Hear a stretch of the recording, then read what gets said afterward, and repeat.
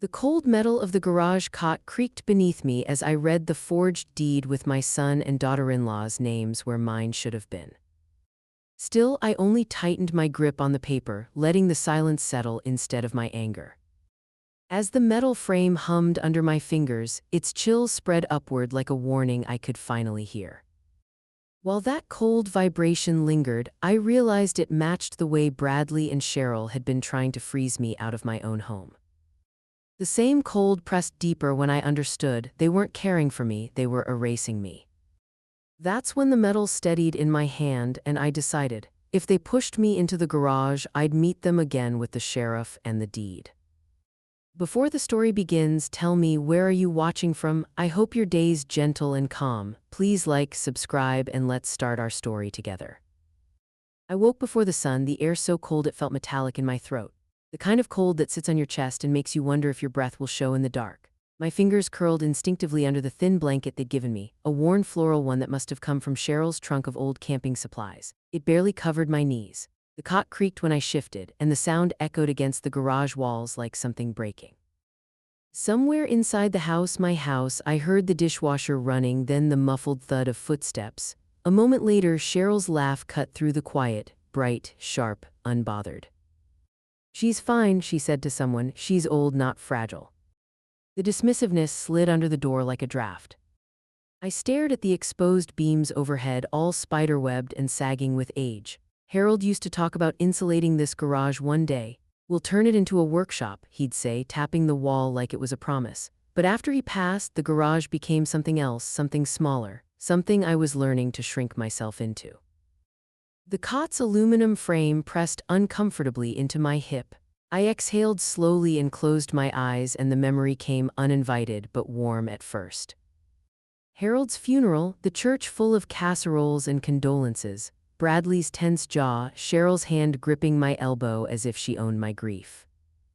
"You shouldn't be alone right now," she'd told me, brushing my hair back like I was a child. "Stay with us just until you feel steadier."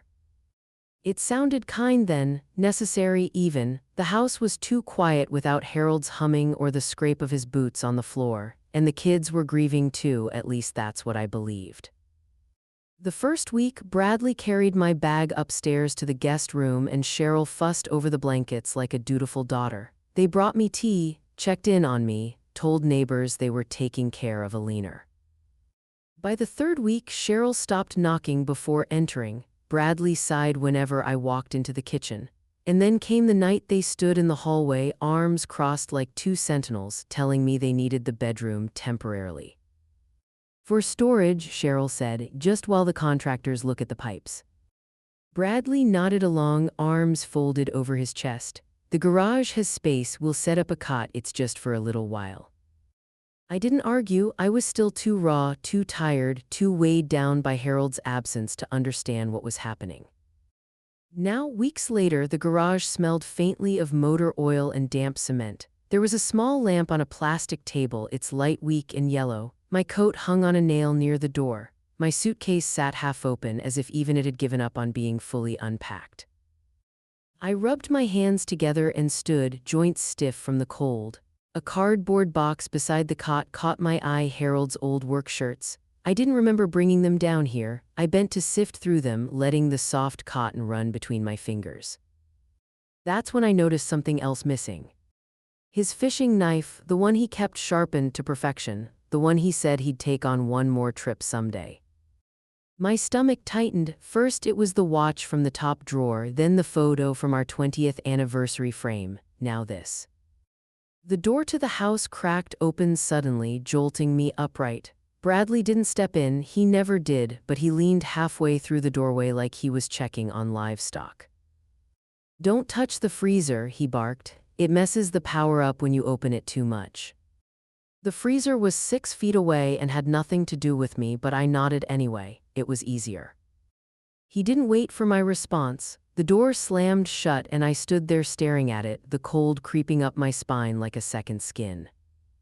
I sat back on the cot, clutching Harold's shirt to my chest. The faint scent of him lingered, pine soap and machine grease. My throat tightened. This wasn't temporary. I knew that now. But I also knew something else, something quiet and sharp forming in the back of my mind. If they wanted me forgotten, tucked, I out here like clutter. They were forgetting one thing. I was still watching, still remembering, still capable of thinking. And before long, they were going to wish I hadn't. Because tomorrow, something in this house would finally push me past silence.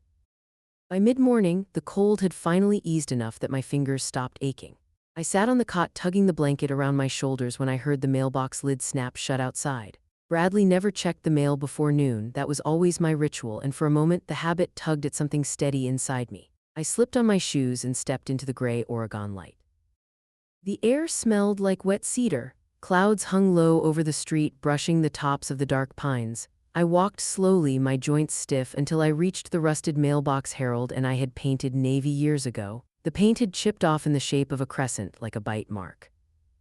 Inside were a couple of glossy coupon packets, a utility bill, and a plain manila envelope with my name typed neatly across the front. Eleanor L. Briggs. Not Eleanor Briggs, care of or resident. Just my name. My heartbeat skittered.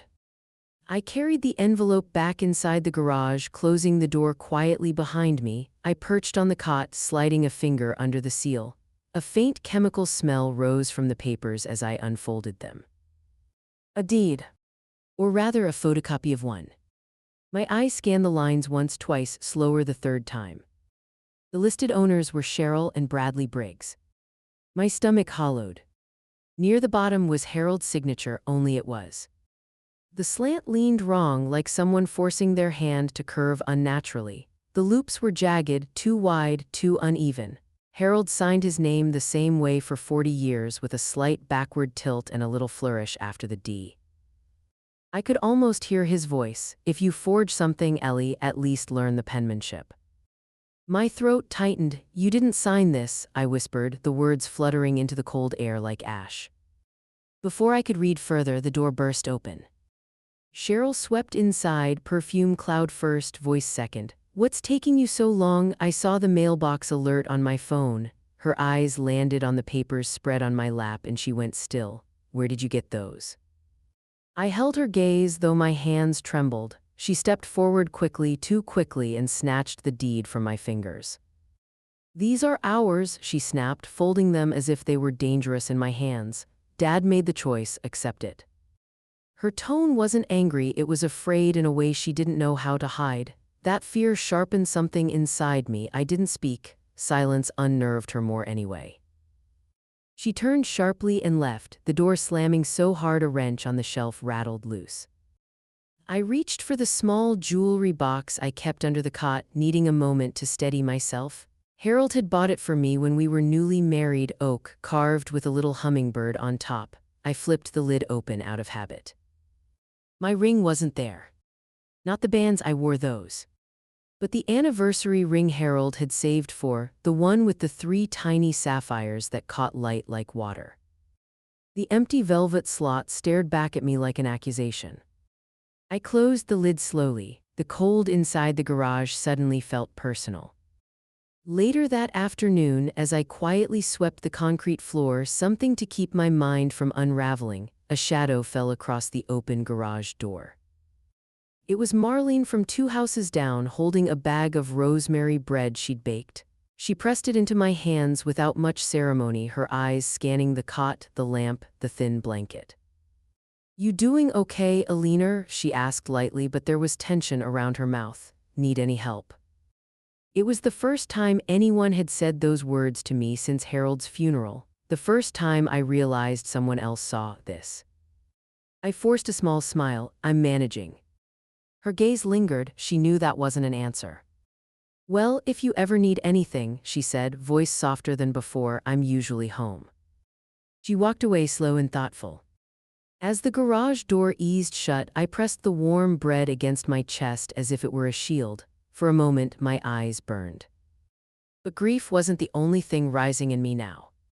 Behind the fear was something steadier, older, forged from every year Harold and I built this life from scratch. Something that whispered I wasn't done, not by a long shot. I sat on the cot as dusk crept under the door, the photocopied deed burned into my memory. whatever Cheryl and Bradley were hiding. Tomorrow I would find the truth, even if it meant stepping into places they never wanted me to look. The next morning, I walked toward the house, clutching the empty coffee mug I used as an excuse to step inside for a refill. The dew was still thick on the grass, it soaked into my slippers as I crossed the short path. My hand reached for the back doorknob the way it had thousands of times muscle memory carrying me. But the knob didn't turn.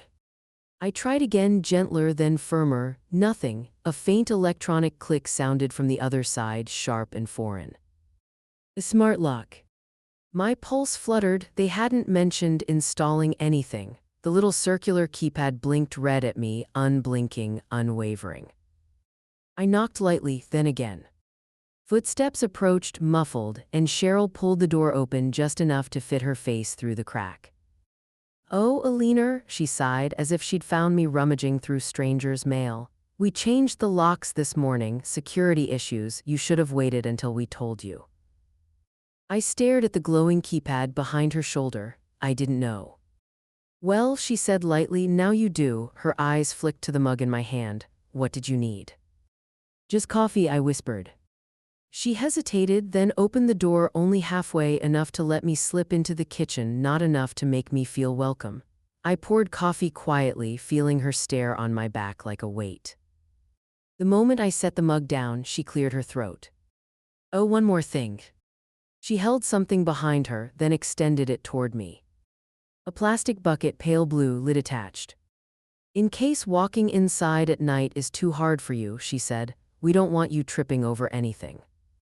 My hands went cold around the bucket's handle. She said it kindly, too kindly, the way you talk to someone you don't expect to understand. I nodded once because arguing would only make her smug. Back in the garage, I set the bucket on the floor as gently as if it were a bomb. The humiliation sat thick in my throat, hot and heavy. I sat on the edge of the cot and rubbed my palms over my face, swallowing hard as a memory rose unbidden. The back deck sun-warmed cedar boards, Harold steadying the frame while I handed him screws. He'd laugh whenever I messed up the drill speed, teasing, "Slow down, Ellie, it's not a race." We built it together plank by plank, year by year, until it became the spot where we ate dinner on warm evenings, feet up, wine glasses sweating in the fading light. Now I wasn't allowed to walk through the door connected to it. I took a shaky breath and stood. The deed copy from yesterday still burned in my thoughts. Harold had shown me papers once years ago on a rainy Sunday when we finally updated our wills. He'd tucked them into a folder, kissed my forehead, and said, "You'll always be protected." I began searching through the few items allowed in the garage, old boxes, my half-open suitcase, the storage containers stacked high near the wall. I moved slowly, deliberately, not wanting to draw attention if anyone glanced out a window. Nothing. No folder, no papers. Just dust and the faint smell of mildew. As I sat back on my heels, trying to steady my breathing, the garage door cracked open again. Bradley this time. He didn't step inside, just looked down at me like I was something he'd nearly stepped on. "You shouldn't be digging through things," he said. "It's confusing for you. Remember what we talked about, how your memory has been spotty." I blinked up at him. "My memory is fine." He smiled, slow, patronizing. "Sure, of course, but we've noticed little things. You forget conversations, you misplace items, that ring you're upset about, you probably tucked it somewhere odd. Happens with age." A cold prickle ran down my spine. They weren't just dismissing me, they were laying a narrative. He pointed toward a plate covered in foil on a folding table. "We left food for you, leftovers. It's easier if you eat out here, less mess in the house." With that, he closed the door again. The silence afterward felt heavier than the cold. I walked to the table, slowly lifted the foil, and stared at the food, reheated, wilted, served like charity. I set the plate back down without touching it. They were tightening something around me, a boundary, a cage, a story. But they had miscalculated one thing. I had lived a full life before they were even born. I had weathered loss and hard winters and a marriage built on trust, not fear. I knew when I was being managed. I sat on the cot, breath steadying. If they were trying to convince the world I was confused, then I needed to be more careful, more precise, more invisible. And I needed to find those papers. Because if a photocopied deed existed, the original was somewhere, and it could unravel everything they were building. My eyes drifted toward the shadowed shelves along the back wall. Tomorrow, I would start looking in places they hadn't thought to touch.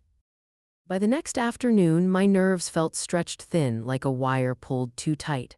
I kept glancing toward the house, expecting Cheryl to appear in the doorway with another sweetly delivered humiliation. Instead, the back windows stayed still, curtains unmoving.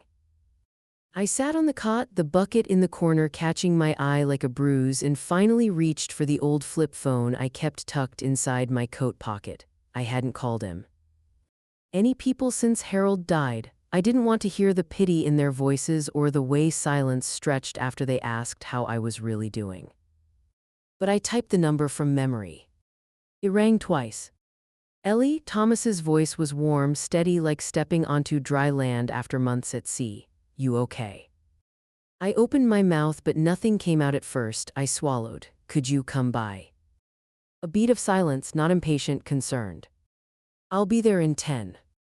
I hung up and tried to smooth my hair. Some part of me felt embarrassed, but another part, stronger now, knew I needed someone from the before. Someone who knew what normal looked like for me. Someone who knew Harold.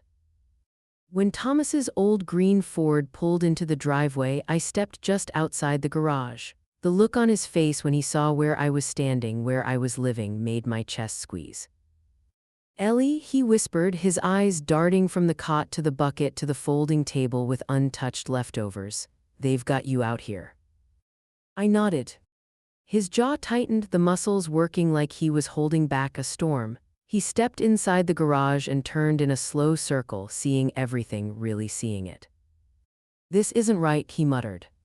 I sat on the cot, needing to steady myself. They said it was temporary. He let out a harsh breath and knelt beside me. If Harold could see this.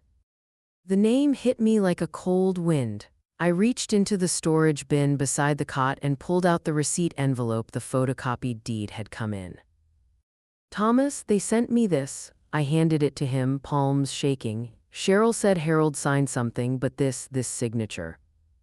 He unfolded the copy and stared at it. His eyes narrowed behind his glasses. No, he said immediately. No way, Harold's signature always dipped on the H, this one rises, and he never looped the G like that, never. I felt my breath catch, so he didn't transfer the house to them.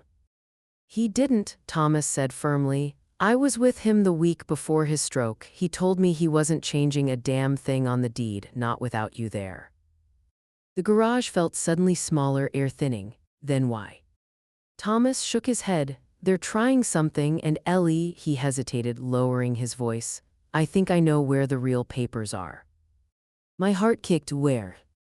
He looked toward the house, then back to me. You remember when Harold replaced the attic boards after that leak? He kept a metal box under the loose board by the far wall, same place he hid fishing money from the grandkids.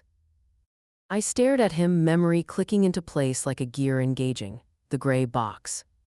That's the one, he said. If he kept anything safe, it would be in there. The hope that flared inside me was sharp, bright, dangerous. I stood slowly, knees unsteady. I need to get inside.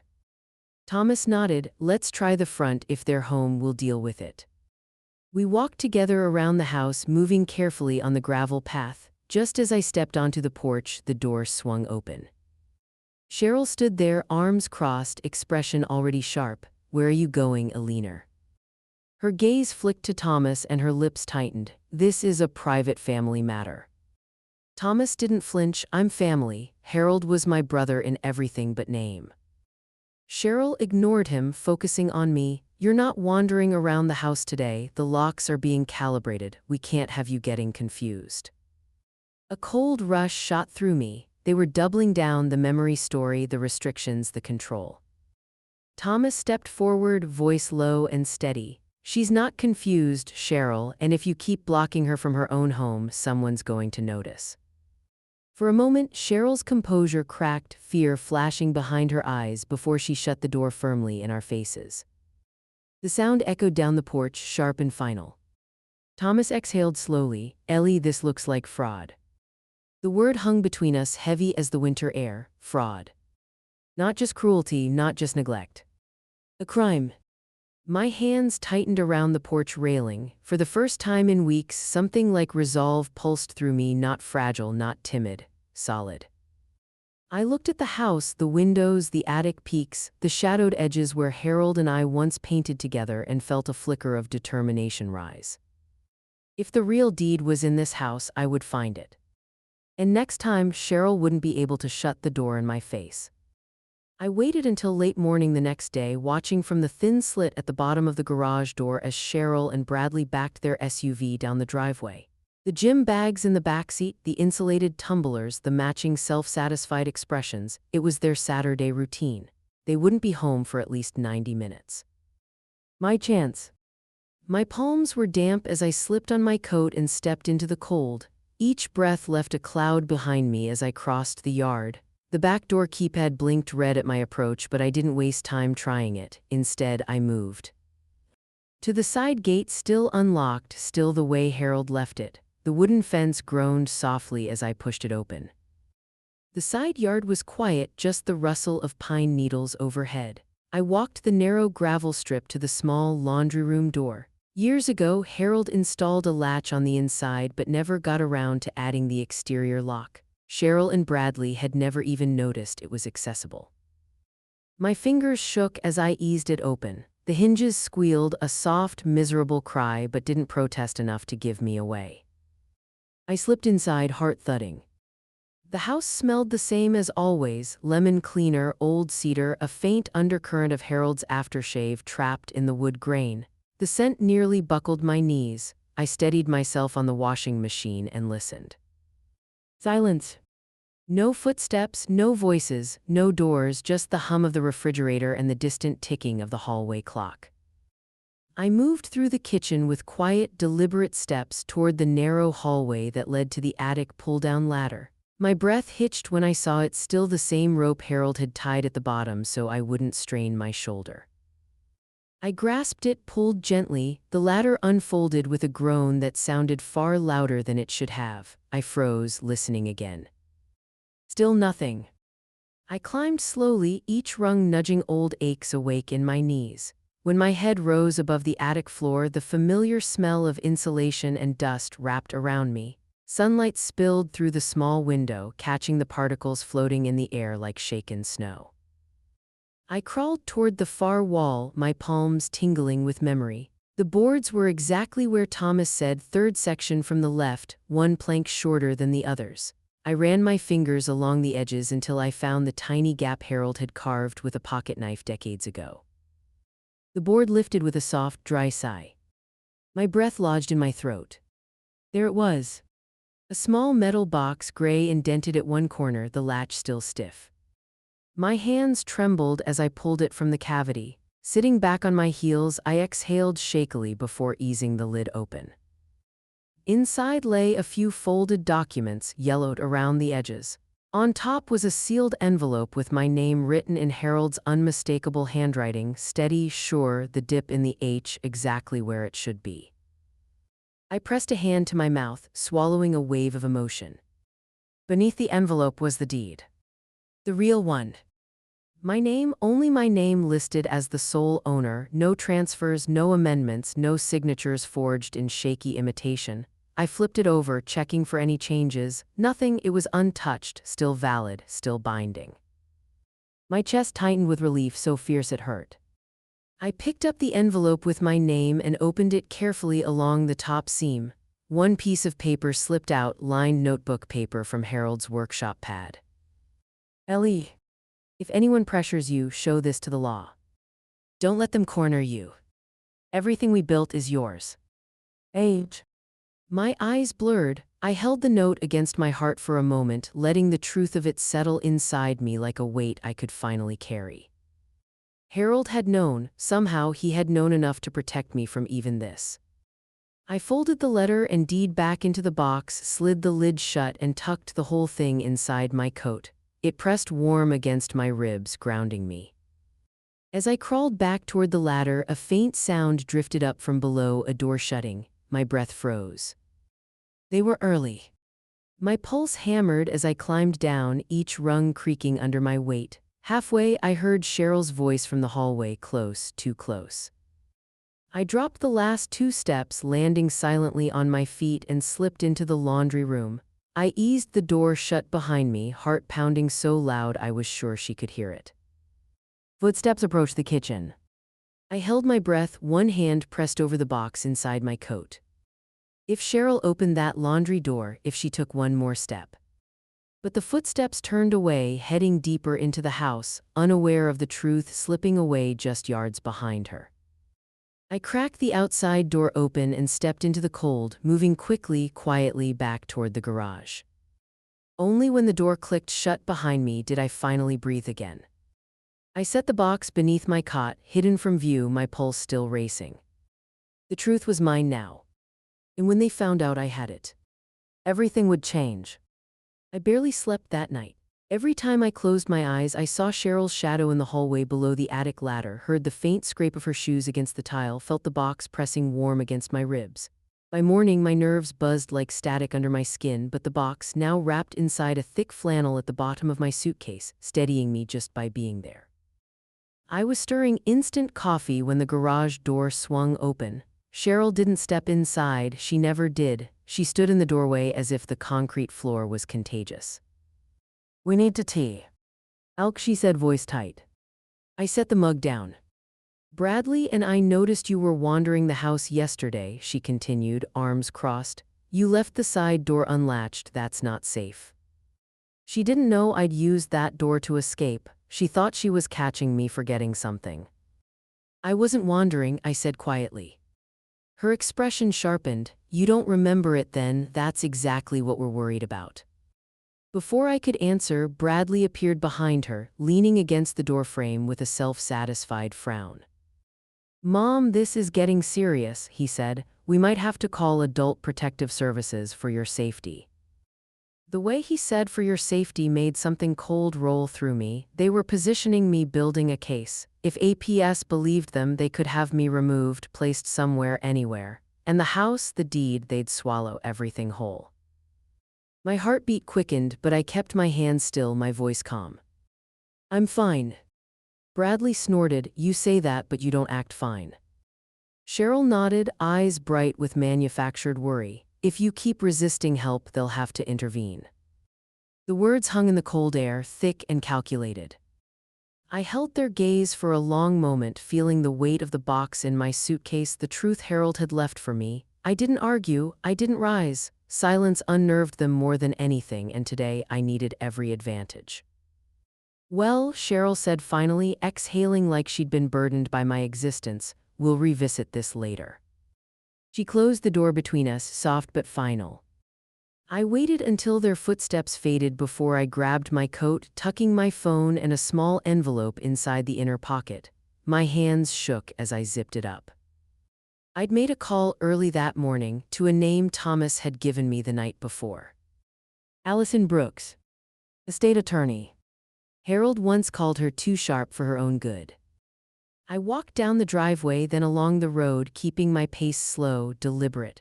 Cheryl and Bradley assumed I rarely left the garage. Let them assume. The air bit at my cheeks, but the freedom of those few minutes alone, unobserved, felt like stepping out of a locked room.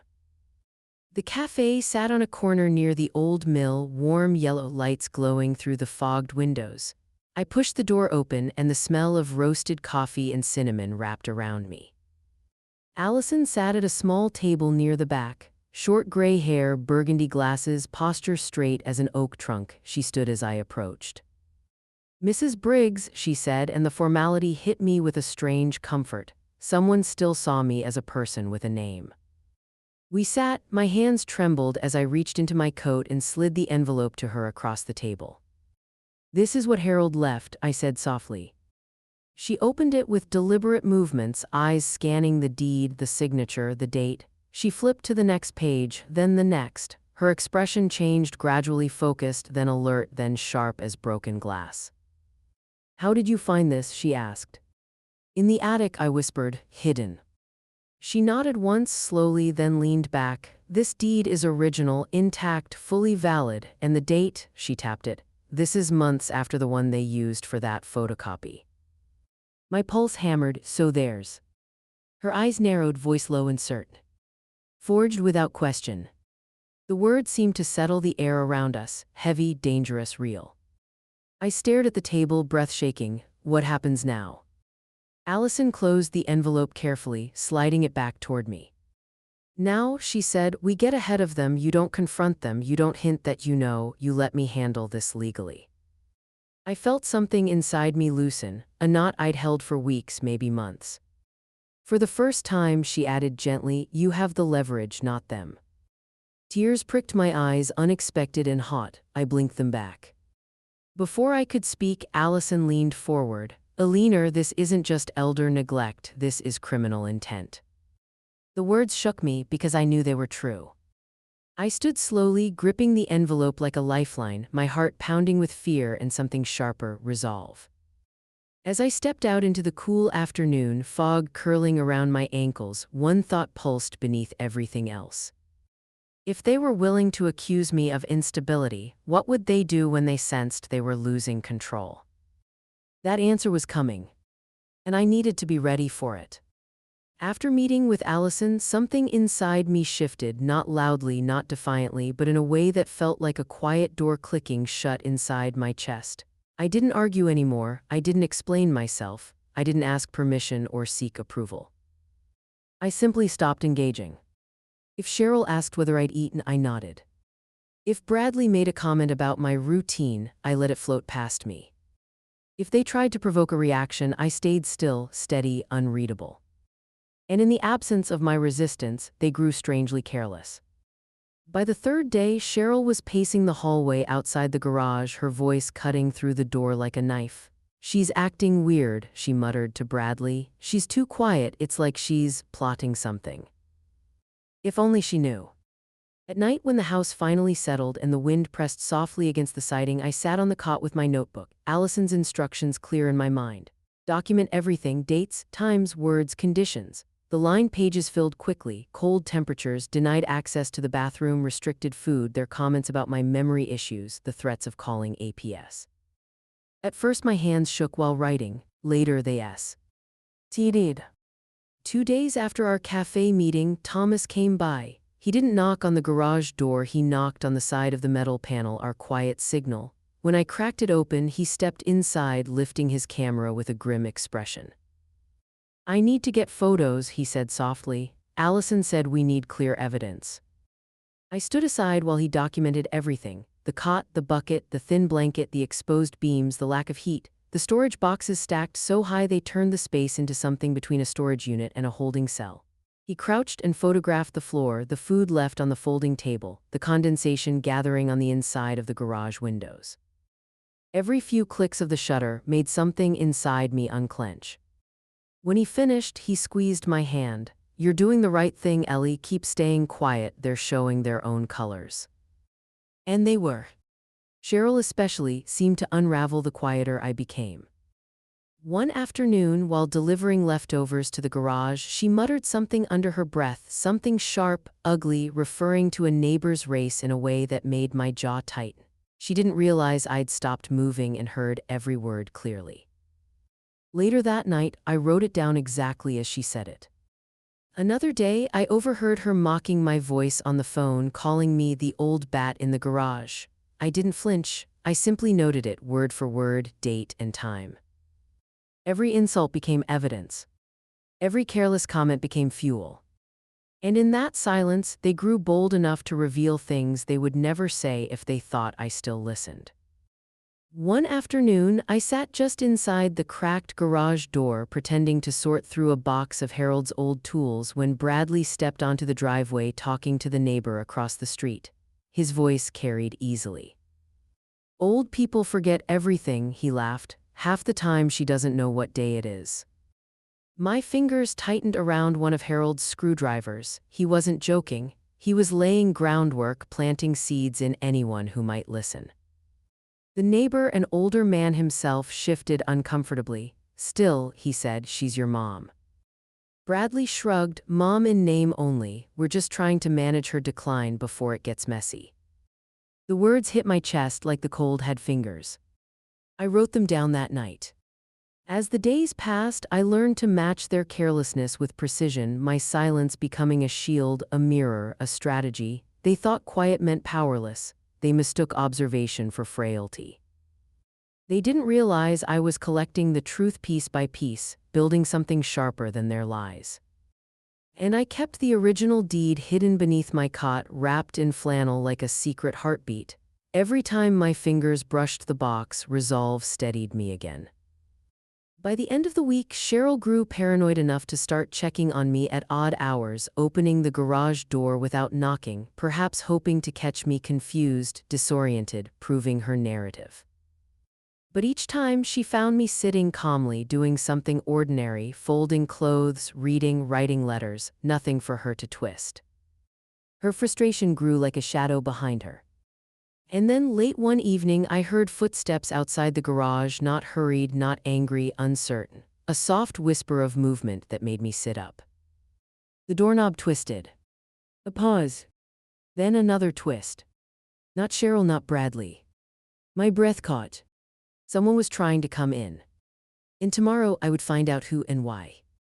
The next morning, the footsteps outside the garage turned out not to be a threat at all, but something stranger. When the door opened, Cheryl didn't snap or scold. She poked her head in with an expression so forced it looked painful.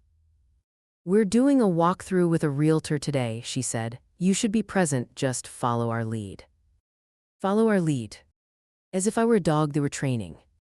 I didn't respond. I simply stepped out of the garage and pulled my coat tighter against the chill. Bradley was wiping down the windows with a rag, humming to himself, too cheerful.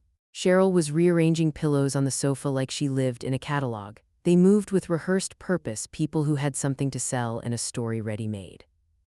A silver sedan pulled into the driveway. The realtor stepped out, a woman in a crisp blazer, tablet in hand. She smiled professionally at Cheryl and Bradley. At me, she gave the polite, confused glance reserved for someone you can't quite place in the picture. "Is this everyone?" she asked. Before I could speak, Cheryl slid smoothly between us. "Yes, we're just tidying some things before you take photos." I followed them into the house, staying just behind, silent as a shadow. The scent of lemon cleaner hit me immediately. Cheryl had spent hours scrubbing away the chaos she'd let accumulate for months. The floors gleamed. The clutter had disappeared. And the house looked wrong. Too clean, too stripped, too staged. Like it was pretending not to have a history. As the realtor walked through each room, Cheryl narrated confidently, inventing renovations they never made, inflating square footage, glossing over the cracked tile in Harold's old workroom. I walked behind her, memorizing every lie. When we reached the living room, something inside me froze. Harold's recliner, the old plaid one with the worn armrest and the gentle dip from decades of evenings, was missing. My pulse jumped as I scanned the room. Cheryl must have noticed my searching because she didn't look at me, she looked down smugly at her perfect staging. But I knew where it was. Because I saw it when she moved the boxes this morning. In the garage. My garage. Out of the way, she'd said under her breath. I wrote that down the moment her back turned. The realtor was asking about the foundation and Cheryl launched into another practiced lie. I watched her lips move, watched Bradley nod along as if he were confirming gospel. They didn't notice me anymore, not the way you notice a threat. They saw me as background. That worked in my favor. My phone buzzed in my coat, one silent vibration, a text from Allison.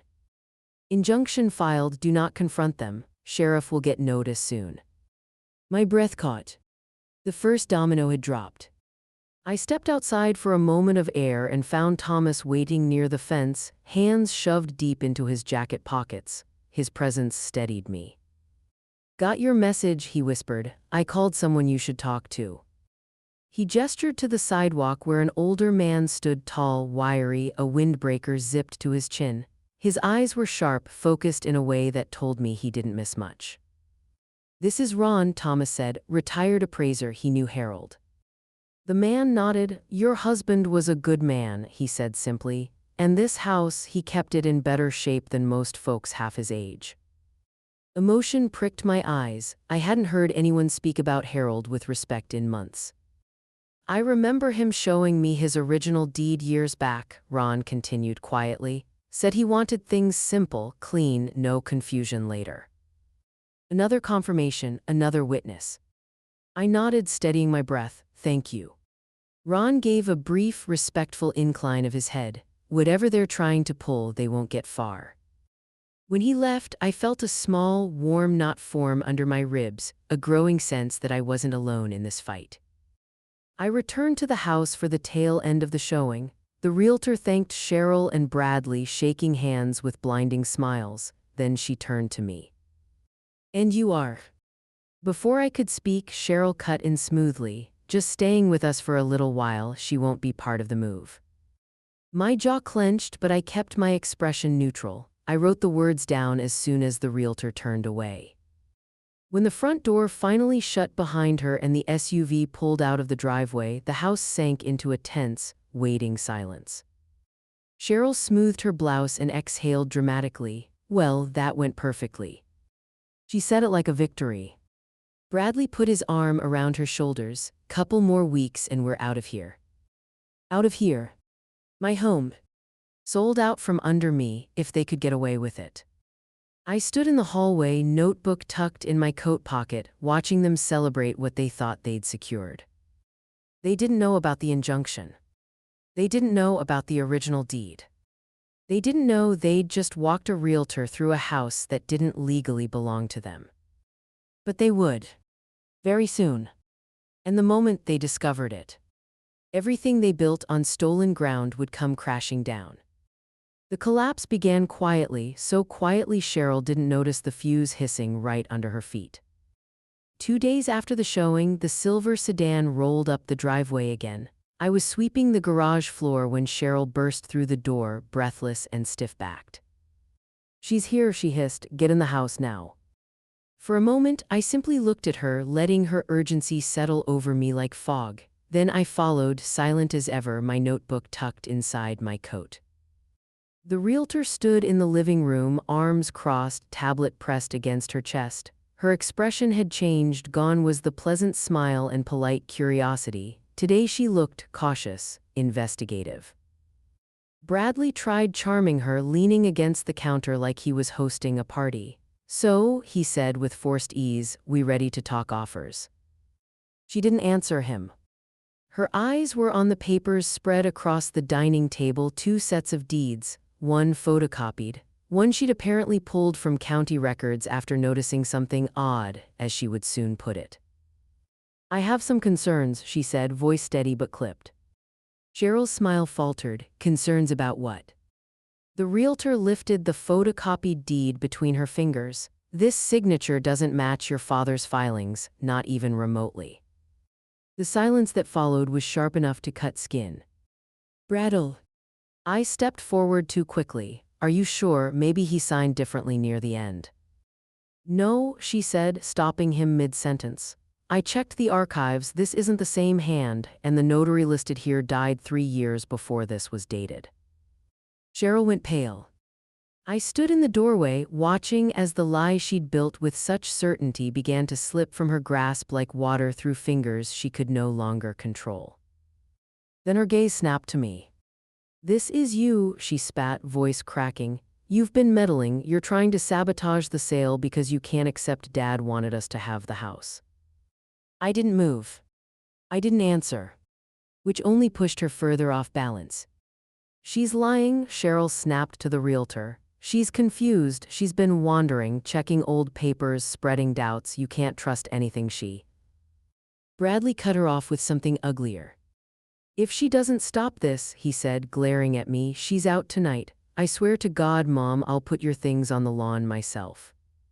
Something in me settled then, not fear, not shock, a quiet certainty. I stepped forward past Cheryl, past Bradley, and stopped in front of the realtor. Her eyes flicked to me, wary but alert. Without a word, I slid a small card from my pocket and placed it gently on the table beside the fraudulent deed. Allison Brooks, estate attorney. Direct line. Email. Firm name. The realtor's eyes widened slightly. Recognition or maybe relief flashed across her face. Behind me, Cheryl made a sound like a swallowed shriek. what did you do?" she demanded. I didn't answer her. My phone vibrated once in my coat. I stepped away from them, pressing it to my ear, my back to their rising panic. Allison's voice came through crisp and decisive. "The injunction is officially approved," she said. "They cannot legally sell, transfer, or list the property. Sheriff Morales has the full complaint packet, photos, documentation, the original deed. She'll be reaching out soon." My breath released in a steady stream. Behind me, voices escalated, Cheryl sputtering excuses, Bradley snapping about misunderstandings, the realtor demanding clarification they couldn't provide. I hung up and turned slowly. One look at my face must have told Cheryl everything she didn't want to know. Her expression collapsed, rage, disbelief, and fear warring across her features. Bradley's jaw clenched so tight a vein pulsed in his temple. "What did you do?" Cheryl whispered, stepping toward me. "What did you?" But before she could finish, the realtor raised her hand sharply. "I'll be contacting my office," she said, "and the county." Her tone was final, cold. "This listing is suspended immediately." Cheryl sank into a chair. Bradley swore under his breath. I stood in the doorway, still and steady. The fuse had burned down. The first explosion had begun. And somewhere across town, Sheriff Morales was opening a folder with their names on it, photographs, witness statements, signatures that didn't match, and a deed that could dismantle everything they tried to build on lies. Tomorrow she would knock on this door. And Cheryl and Bradley had no idea how close that knock already was. Everything they'd stolen was slipping back into my hands, one legal step at a time. Night fell faster than usual, pressing a cold blue haze over the yard. After the realtor stormed out and slammed her car door hard enough to rattle the windows, Cheryl and Bradley disappeared into the house for nearly an hour, arguing in sharp, frantic bursts that leaked through the walls like steam from a broken pipe. I stayed near the garage, keeping my distance, listening without appearing to. But when the back door finally swung open again, Cheryl didn't come out with a plan or a bargain or even another brittle excuse. She came out carrying my suitcase. Not the big one, just the small, battered navy case I'd brought when they told me to stay for comfort. My heart kicked hard when I saw how she gripped it by the handle, knuckles white, mouth twisted into something between fury and humiliation. Without a word, she marched halfway down the yard and flung it. The suitcase hit the grass with a thud that felt louder than it should have. Bradley followed her, his shoulders puffed out like he needed to perform strength for someone, maybe for himself. "Get out by sunrise or we'll make you," he shouted across the yard, voice cracking where it tried to sound firm. "I mean it." The words echoed off the siding, off the chimney bricks, off the bones of the house Harold built with his own hands. For a moment, everything stilled, the wind, my breath, even Cheryl's pacing footsteps. Then the door slammed shut. And I was alone again. I walked slowly to the suitcase, the cold grass brushing my ankles. When I bent to pick it up, the zipper caught on a thread and I felt a sudden wave of grief over the smallness of it, the indignity of packing a life into a case that barely held a week's clothes. I carried it to the garage and sat on the cold concrete floor, knees drawn in, the suitcase beside me. From the flannel-lined pocket under the cot, I pulled out the metal box, the original deed, the letter with Harold's handwriting, the proof of everything they'd tried to steal. My fingers traced the H in his signature, that gentle dip he'd always made. The steadiness of it calmed my breath. I whispered into the dim garage, "Harold, I'm almost through this." The wind outside picked up, pushing dry leaves against the driveway like restless hands. The air felt colder than the night before, or maybe the weight of what tomorrow meant pressed differently on my skin. A soft knock sounded at the garage door, 3 taps spaced evenly. Not Cheryl, not Bradley. I opened the door just a crack. Thomas stood there, shoulders hunched in his heavy coat, a brown paper bag in one hand and 2 folded wool blankets in the other. "Ellie," he whispered, voice tight, "I saw your suitcase outside. You all right?" For the first time all day, my throat closed. He stepped inside, setting the bag on the table, sandwiches wrapped neatly in wax paper, a thermos of soup, an apple, things that reminded me of being cared for instead of managed. They told me to leave, I said, my voice small but steady.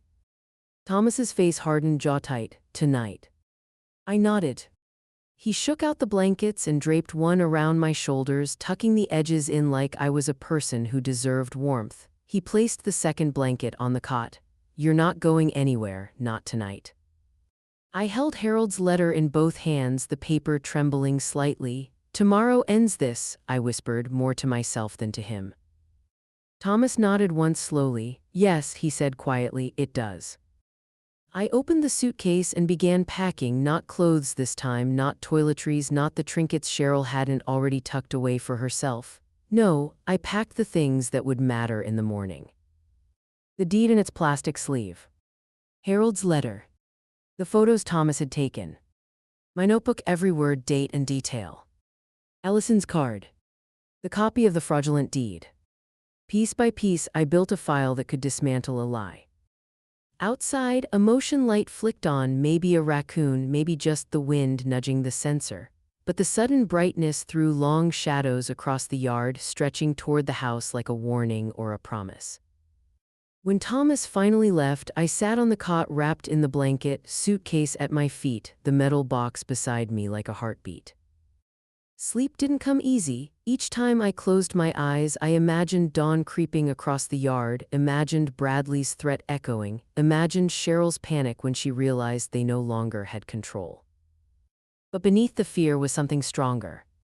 Tomorrow the sheriff was coming. And when her badge crossed that threshold, everything Cheryl and Bradley had built on lies, cruelty, and stolen land would finally start to crumble. Dawn came in thin, silver strands, sliding over the frost on the grass and catching on the edges of the house like it wasn't sure it wanted to wake this place. I had been dressed for hours, coat zipped, suitcase at my feet, deed and documents tucked neatly inside the inner pocket. My breath clouded in front of me as I waited near the garage door. Every sound felt amplified, a bird tapping at the gutter, the soft hum of the furnace, Cheryl's footsteps snapping across the kitchen tile. Then a car rolled up the driveway, slow, deliberate, official. Sheriff Morales stepped out, posture crisp, expression unreadable beneath her dark sunglasses. She adjusted her badge as she approached the porch. She wasn't here for a welfare check, she was here with purpose. Cheryl threw open the door before the sheriff even reached the steps, all false warmth and tight smiles. Sheriff Morales, thank you for coming, she said as if she'd summoned her. We've been having some trouble with Alina. She's refusing to leave the property. We're concerned about her safety and her confusion. Her voice trembled just enough to sound believable to someone who didn't know better. Bradley hovered behind her, arms crossed, jaw set. We just need her removed so we can finish preparing the house for sale, he said. She's making things difficult. The sheriff gave a slow nod but didn't step inside. Before I go any further, she said evenly, I need to see the documents you're referring to. Cheryl's relief spilled out in a bright exhale. Of course, we knew you'd ask. She practically sprinted to the dining table and returned with the photocopied deed sandwiched between glossy protective sleeves, like she believed packaging could make it real. She handed it over with an air of triumph. Sheriff Morales took it, studying the lines, turning the pages slowly, letting silence gather weight around us. She didn't look at Cheryl, didn't look at Bradley, her brow tightened by the smallest fraction. And you're claiming this is the most current ownership record, she asked. Why? Ease, Cheryl said quickly. Dad signed it before he passed. He wanted the house to go to us. Bradley nodded aggressively. Mom's been confused about that. You know how grief works. The sheriff didn't respond. She simply turned her head toward me. Mrs. Briggs, she said, voice steady and level, may I see your copy? My heart thumped once hard, but my hands did not shake as I reached into my coat and pulled out a slim folder. I stepped forward and placed it directly in her gloved hand. The original deed. Harold's letter. Dates, signatures, truth. The sheriff unfolded the documents with a care that made the house feel suddenly louder, the ticking clock, Cheryl's uneven breathing, Bradley shifting his weight like he expected the ground to change under him. She read the first page. Then the second. Then compared the signatures side by side. Her jaw set. Her voice dropped an octave, firm and cold. This signature was copied. Cheryl's face drained of all color. What? That's impossible, she must have. She forged something, Bradley snapped, pointing at me, voice cracking. She's been sneaking around, taking things, going through old papers. The sheriff lifted her hand, and the room fell silent. Enough. The word landed like the strike of a gavel. She turned fully toward them, shoulders squared, the authority in her posture unmistakable. The notary listed on your deed died before this document was allegedly signed. This is falsified. She tapped the photocopy. And this, she lifted the original, matches county records exactly. Mrs. Briggs is the legal owner. Cheryl stumbled backward into the entryway table, knocking over a decorative bowl. You don't understand, she stammered. She's confused, she's lying, she's. Bradley tried to speak, but the sheriff wasn't listening anymore. She was already dialing her phone. I need a deputy and a recorder at the Briggs residence, she said professionally, eyes never leaving them. Possible fraud, elder exploitation, immediate removal of unauthorized occupants. The color drained from Bradley's face. Cheryl's mouth opened and closed like she couldn't find air. I stood quietly behind the sheriff, hands clasped, breath steady. For weeks they had claimed I was losing my mind. For weeks they had tightened the circle around me. For weeks they believed no one would see. Now someone did. Someone with a badge. And as the sheriff stepped fully inside the house, commanding the space with calm precision, Cheryl whispered the first honest words she'd said in months. What is happening? But I already knew. Everything they'd built on their lies was coming down today.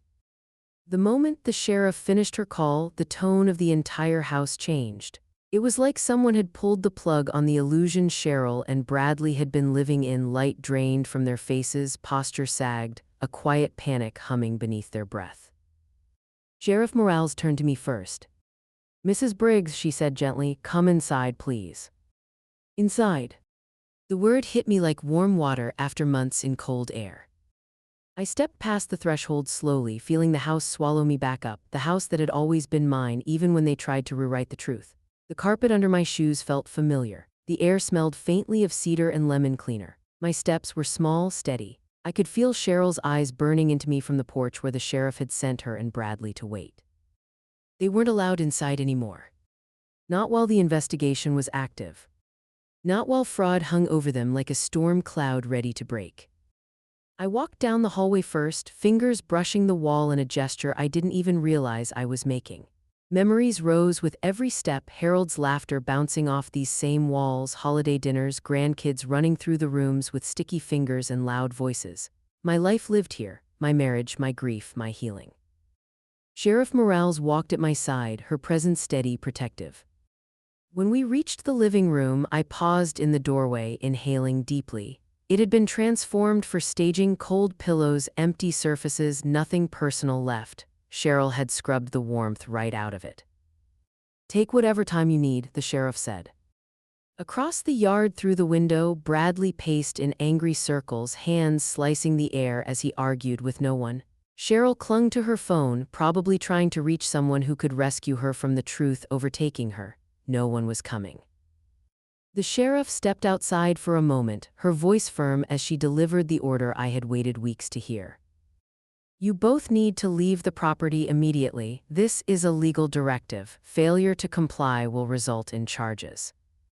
Bradley erupted, you can't be serious, this is our home. It isn't, the sheriff said calmly, not legally, not morally, and now the law reflects that. He tried to argue again, but she stepped closer, badge angled forward just enough to make her point. You want me to repeat the part about charges? Bradley's shoulders dropped. Rage flickered, then died when he saw the deputy pulling up behind her. I turned away from the window and walked toward the bedrooms. My chest tightened when I reached the doorway of what had been my room before Cheryl had declared it storage and shoved me into the garage. Empty. Stripped. Cold. But the memory of what it had been remained. Harold sitting on the edge of our bed tying his boots, the early morning light warming his shoulders, the quiet routines that made up decades of marriage. I moved to Cheryl's room next, not out of curiosity, but because a whisper of instinct tugged me there. Her vanity drawer was slightly ajar. And there, nestled between her pearl earrings and a bottle of expensive perfume, was something that didn't belong to her. My anniversary ring. The 3 sapphires glinting under the light as if relieved to be found. For a mom. And I couldn't breathe. I picked it up with shaking fingers, holding it against my heart, absorbing the quiet ache of knowing she'd worn it like it was hers. Sheriff Morales stepped behind me, tone soft but resolute. Is that yours? Yes, I whispered. Document it, take photos, we'll add theft to the report. I slipped the ring back onto my finger, the cool metal warming instantly to my skin. It felt like a piece of myself returning. Footsteps echoed down the hall. A familiar voice followed. Allison Brooks, she called, stepping into view with a folder under her arm and that sharp, knowing expression she wore like armor. I came as soon as the sheriff called. The 3 of us, the attorney, the sheriff, and me, stood in the center of the home Cheryl and Bradley had tried so hard to steal. All removal papers are ready, Allison said, flipping open the folder. They're officially barred from returning until the investigation concludes. Outside, Cheryl let out a strangled sound, part disbelief, part fear, as deputies guided her toward her car. I inhaled slowly, deeply, letting the air of my home fill me again. But as the sheriff turned to speak, her radio crackled, dispatch calling her to respond to something urgent. She met my eyes with a steady look. I'll be back this afternoon with the full report. She stepped outside to address the deputies, and Allison followed her, leaving me alone in the hallway. For the first time in nearly a year, I stood inside my house without fear. But a cold, unmistakable truth settled in the back of my mind. If they were willing to forge documents to take this home, what would they do now that they'd lost everything? And the real fallout hadn't even begun. The courthouse in Salem always smelled faintly of old paper and rain-soaked coats, a scent that reminded me of long-ago errands with Harold back when the world felt steadier. Today, stepping through its glass doors, I felt none of that steadiness. Only the strange, trembling calm that comes when you know the truth is finally about to take the wheel. Allison walked beside me, her heels clicking sharp and precise across the tiled floor. No theatrics, she murmured, just facts, we have everything we need. I nodded, clutching the folder that held the originals, the deed, Harold's letter, the photos Thomas had taken, the notes I'd written in those long nights in the garage. My hands didn't shake, not anymore. Cheryl and Bradley were already seated at the respondents' table when we entered. Cheryl's hair was pinned too tightly, her mascara smudged from lack of sleep. Bradley kept bouncing his leg, jaw clenched, eyes darting around the room like he was searching for an escape hatch. They didn't look at me. Good. When the judge entered, everyone rose. The small courtroom settled into a tense, brittle silence. Let's begin, the judge said, flipping open the file the sheriff had delivered earlier that week. His brow furrowed as he skimmed the pages. We have allegations of fraudulent deed transfer, suspected elder exploitation, and unlawful eviction attempts. Cheryl's breath hitched. Bradley swallowed hard. Allison stood. Your Honor will be presenting the original deed kept by Mr. Harold Briggs, as well as a letter he wrote to his wife, Eleanor, instructing her what to do if she was ever pressured.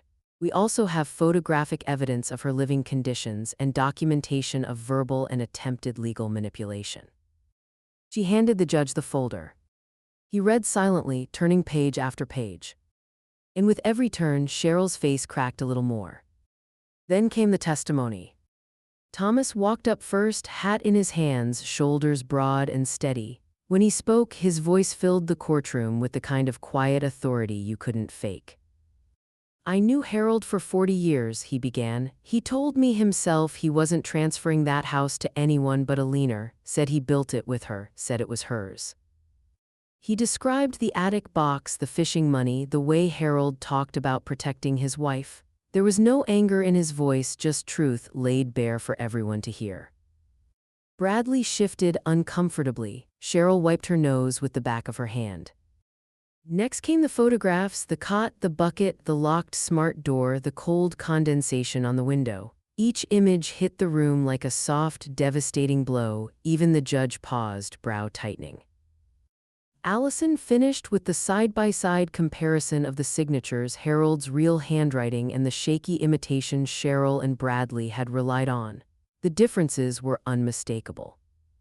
When it was their turn to speak, Cheryl's composure finally broke.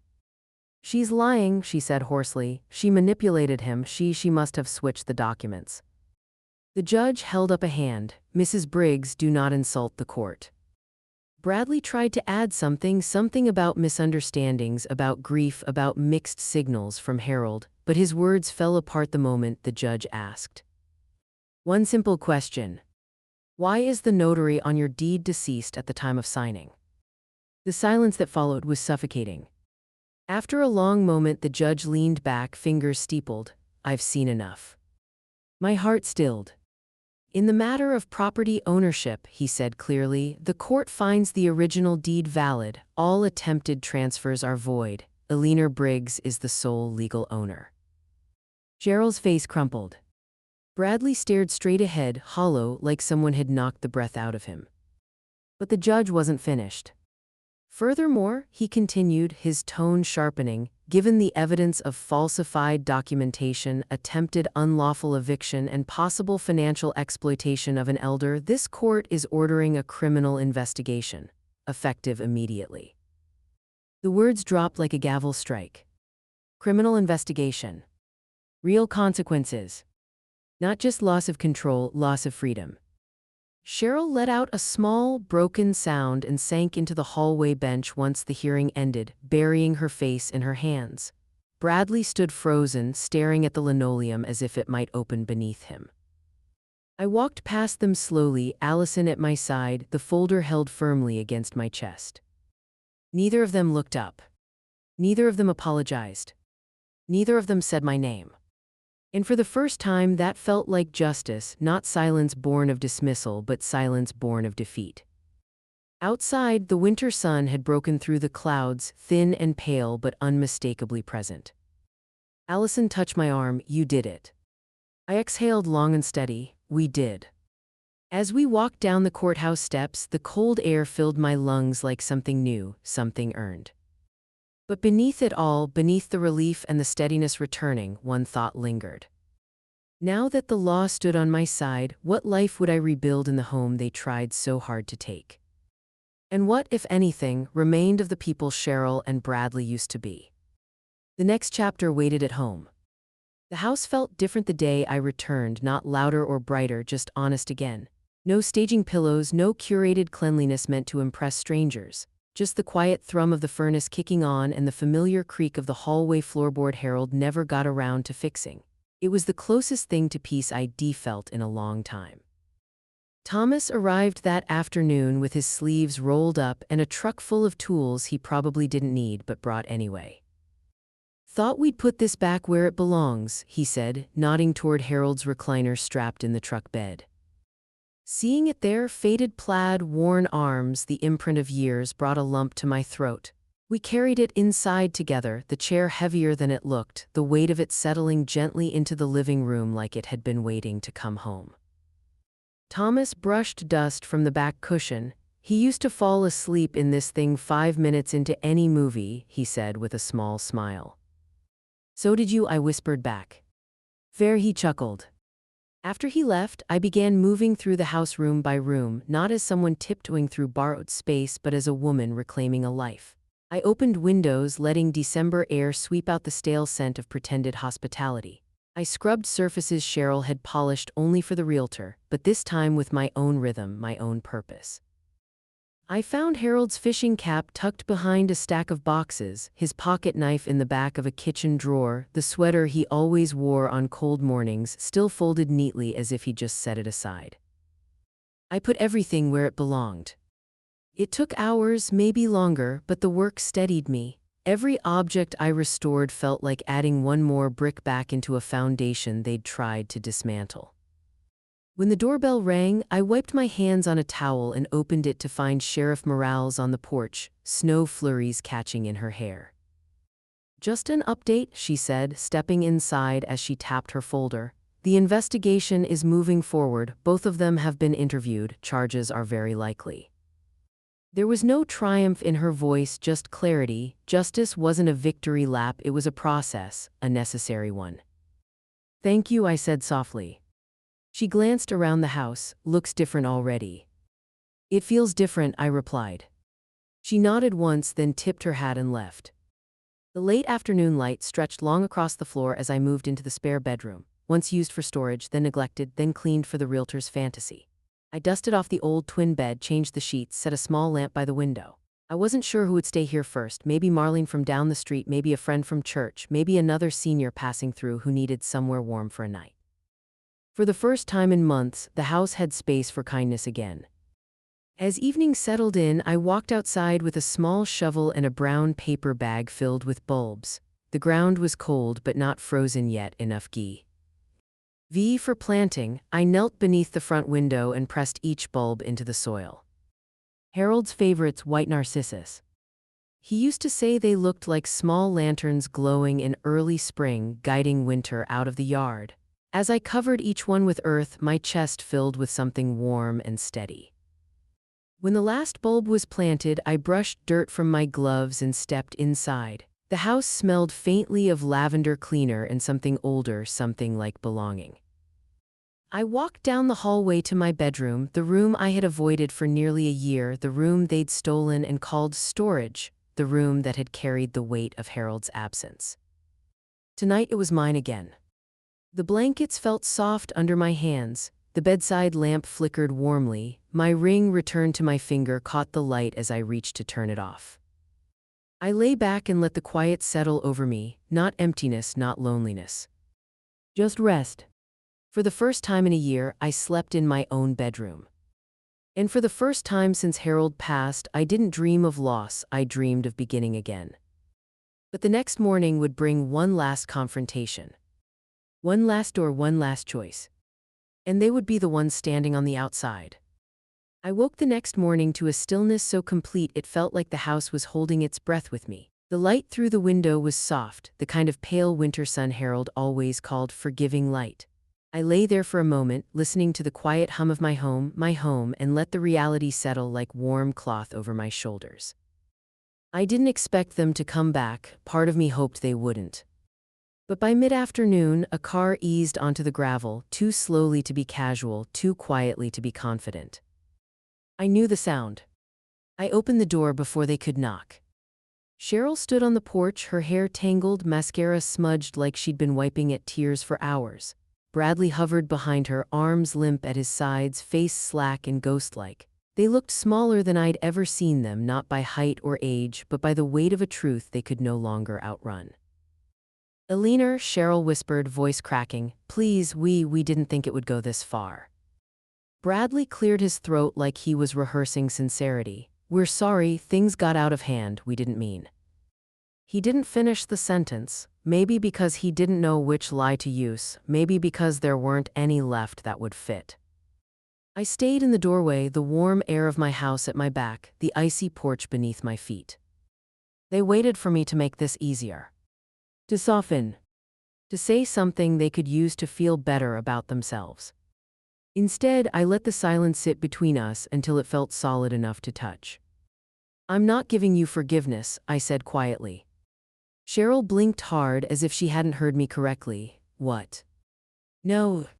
Just the one word, not shouted, not angry, simply true. Her mouth fell open, her breath hitching. Bradley looked down at the porch rail, jaw tightening like he wanted to argue but knew he had lost the right. "You hurt me," I said, not trembling, not wavering. "You took Harold's house and tried to make it yours. You tried to rewrite his intentions, my memory, my sanity. You put me in a garage and called it care, and even now you want something from me." Cheryl wiped her cheek, shaking her head. We need to make things right." "You should," I agreed, "but not with me."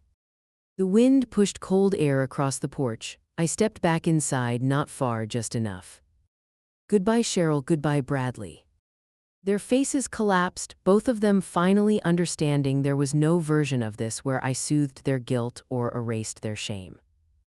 Then I did what they had done to me so many times, but with a steadiness they never possessed. I closed the door. Gently. Firmly. Finally. The sound of their muffled footsteps retreating down the walkway didn't bring satisfaction. It brought space, peace, a clearing in the debris they'd left behind. Later that week, Allison came by with a stack of final estate papers. We sat at the dining room table, sunlight warming the wood, Harold's chair visible from the corner of my eye.